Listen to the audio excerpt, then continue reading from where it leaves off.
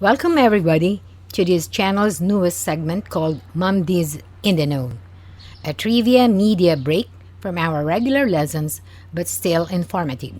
We hope you'll enjoy our premiere segment presentation on the subject of how Halloween may have come into being in the Philippines.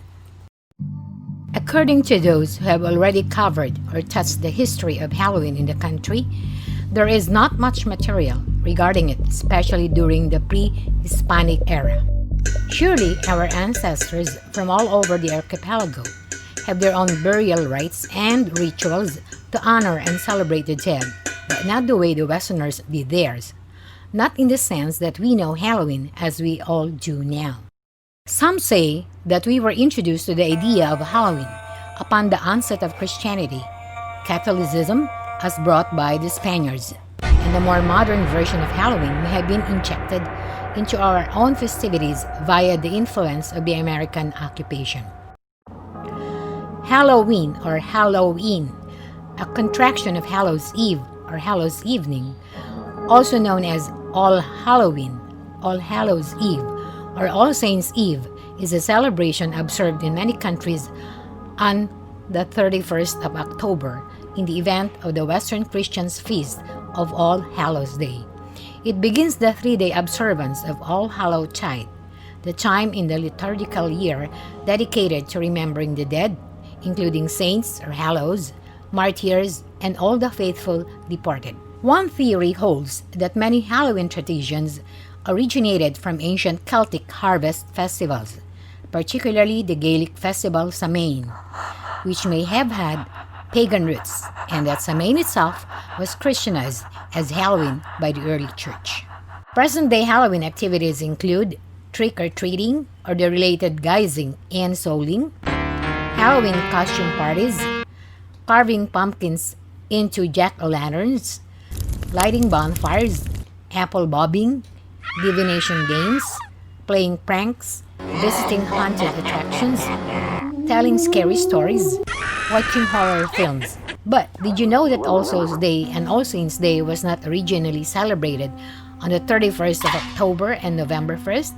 Why is that? On May 13, 609 AD, Pope Boniface IV dedicated the Pantheon in Rome in honor of all Christian martyrs, and the Catholic Feast of All Martyrs' Day was established in the Western Church. Pope Gregory III later expanded the festival to include all saints as well as the martyrs and moved the observance from May 13 to November 1st. Whenever Halloween is uttered, the words supernatural, occult, netherworld, creatures of the dusk, and things that go boo in the night comes to one's mind.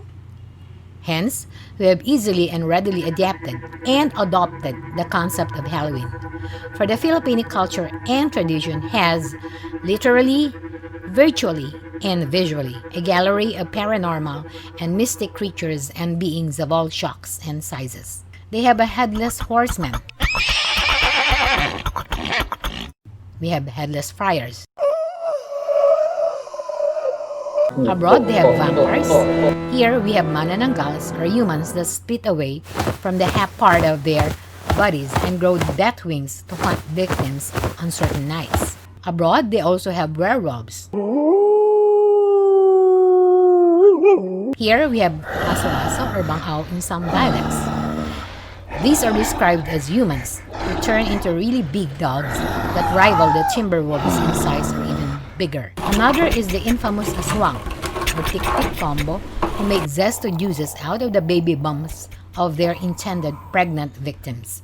These are just among the popular ones, but there are countless others. There are even stories and accounts of seeing among the marshes in the waters of the mangroves a floating swimming turtle with a lit candle on its back. Our culture is rich in such frights of the night, so whether you believe them or not is entirely up to you. But as a piece of reminder to all, it is best to keep an open mind for one's peace of mind. Happy Halloween, everyone! Keep safe. Remember, Halloween, not quarantine.